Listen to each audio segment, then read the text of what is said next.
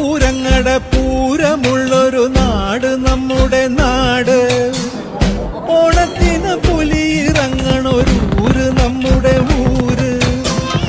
ഇപ്പറഞ്ഞ നാടിന് കരയേഴുമൊട്ടുക്ക് പേര്. കാണണമെങ്കി കാണണം കടി തൃശ്ശൂര്.